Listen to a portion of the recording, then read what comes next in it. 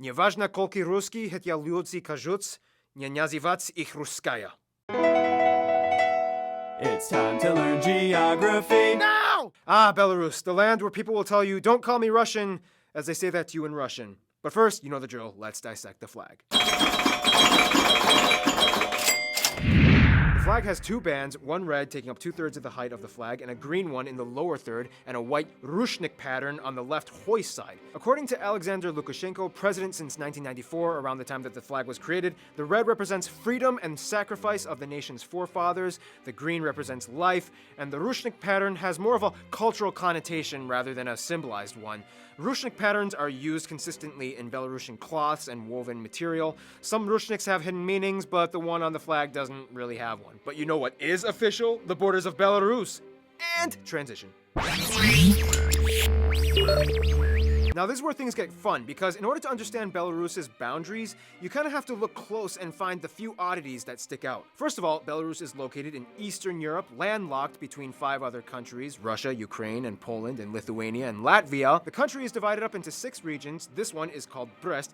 Brest. One special administrative district, Minsk, the capital city, and getting into Belarus is going to be relatively easy for all the neighbor nations. There are various roads and trains that travel to Belarus from places like Poland, Russia, and Lithuania. However, border guards have the jurisdiction to pretty much deny entry to anyone they deem as not worthy, and have no problem sending them back. Typically, if your nationality is not from the Eastern European region, you may find it a little bit more difficult to enter, and this is one of the reasons why Belarus is one of the least visited countries in all of Europe. Long story short, if you aren't A, Eastern European, or B, you don't speak any Russian or Belarusian, or C, if you don't have a Russian or Belarusian friend to vouch for you, then getting in might have a little bit more of a complication, and it might cost you a lot in visa fees. However, Belarus loves visitors. You know, they're just suspicious of all you guys, that's all. The borders are strange because even though there are lots of rivers and lakes, not many of them define the borders of Belarus. I mean, sure, you have the short river borders like the Katra River in Lithuania and the Dnieper River in the south of Ukraine, but most of the borders are just arbitrarily drawn lines situated over land in which the trees and bushes are hacked to show the territory marks. Some of these borders get weird, like in the north, you have the Adutiškis railway station split between Lithuania and Belarus,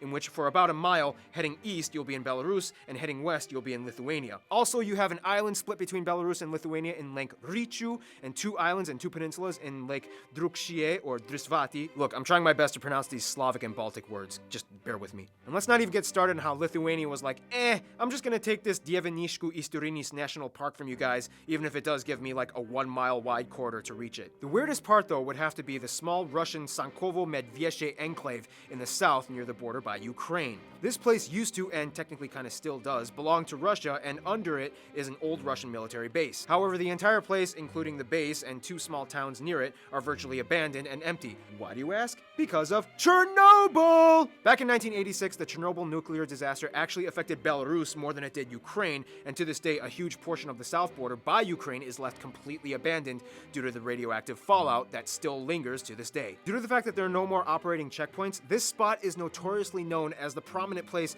in all of Belarus where the few desperate and incredibly stupid people go to smuggle things in across the border. You know, at the risk of radiation poisoning. Hey man, I got that thing you wanted. It's actually kind of sad because on a vantage point, the area is really beautiful with lush forests and green pastures used for farm. Oh wait, before I talk about that, we have to show the transition. There we go, perfect. Like I was saying, Belarus's southland is actually very green and lush. A huge portion of this land prior to Chernobyl was used for farming and agriculture. However, today it's sadly kind of neglected by force. Thanks a lot, Ukraine! We could have used that land for like food and stuff. About 70% of the radiation from Chernobyl went to Belarus, and 1/5 of Belarus's land was affected by the fallout. This is partially the reason why Belarus is a lot more urbanized today than it was prior to the 80s, since many of the people were displaced and evacuated from the region to avoid the danger. Today, however, with the help of the UN and other agencies, they are trying to combat the fallout problem by using cesium binders and rapeseed. I feel really uncomfortable saying that, but rapeseed cultivation, as the plant is known for absorbing the cesium-137 isotope. This is one of the few Western world backed up projects in Belarus, as they typically shy away from anything past Poland. Otherwise, the land of Belarus is generally flat. As a landlocked nation, they have no access to the sea. However, they do have more than enough water internally with an abundance of rivers and lakes. About 40% of the land is forested. Some of them are captivatingly beautiful, like the Belarusskaya forest in the west by Poland, one of the few places where you can find the rare European bison, Belarus's favorite animal, which is even featured on the emblem, and a mascot for various hockey teams. The most common resource in Belarus is peat, which I just learned is some kind of decayed vegetation slab thing that can be used for both fertilizer and fuel. I don't know, I'm not a pediatrician. Belarus is also located in the transitional zone between the continental climates and the maritime climates, so the weather is sometimes a little bit erratic. Summers typically range lower than room temperature, around 18 degrees Celsius or 65 degrees Fahrenheit, so you probably won't see any bikinis or Speedos, but you know who you will see?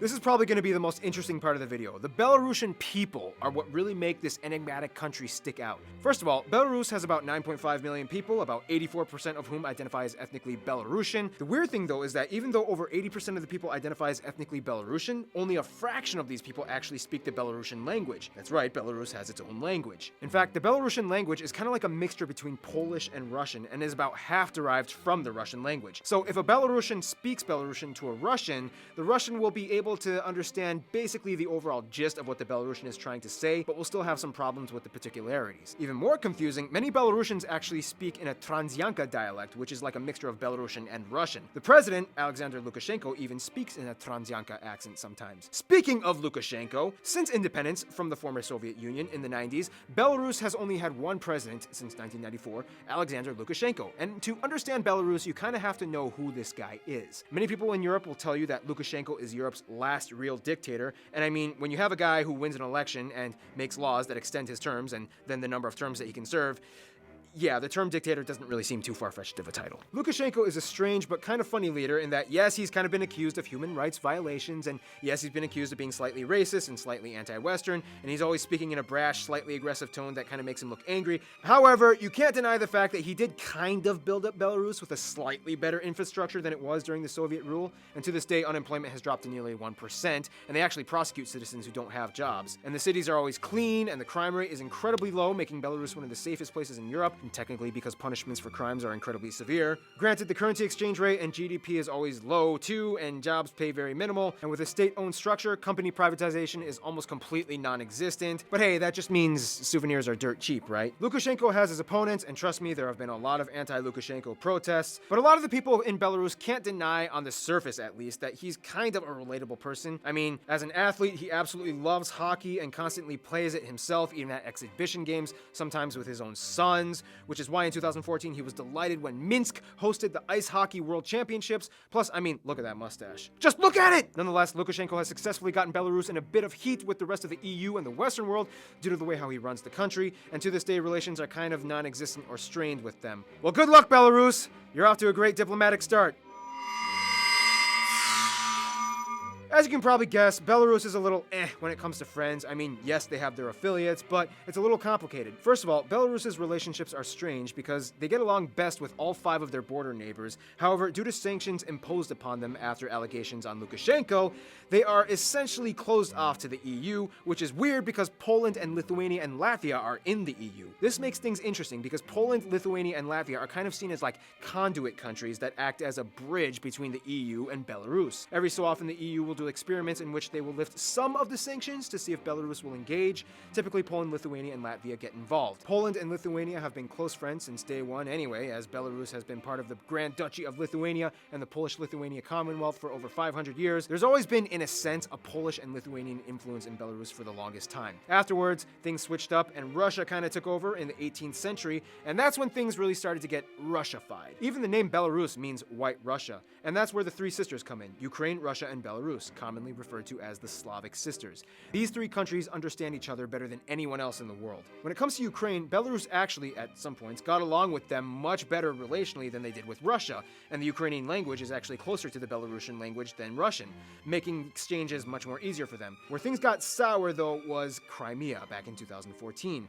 Russia invaded the Ukrainian-held region of Crimea, and amidst all the circumstances, Belarus actually kind of sided more with Russia than Ukraine, which made Ukraine kind of like, Belarus, how could you? So you would think Russia is best friends with Belarus, and they kind of are. I mean, on all levels of diplomacy and treaties, yes, it's kind of true. However, it's more like a love-hate relationship. For the longest time, Belarus was kind of seen as like Russia's little puppy. Everything started out great, and in the mid-90s, they signed treaties and friendship agreements and cooperation deals. They did huge business, and Lukashenko and Putin would ski together in the mountains. But then over time, Russia got a little, what Belarusians would describe as pushy. They accused Russia of trying to bribe them numerous times to assuage their national advocacies, like in the 2000s. They tried to get Belarus to recognize the South Ossetia and Abkhazia regions, and after the refusal, Russia banned all dairy products from Belarus, commonly referred to as the Milk War. And then there were the gas wars and the custom control threats, and to this day, Lukashenko and his legislators have even instituted a complete restructuring of the entire country's operations to become de-Russified. Textbooks, educational material, broadcasting, TV, even street signs are now being switched over to become exclusively published in Belarusian and not Russian.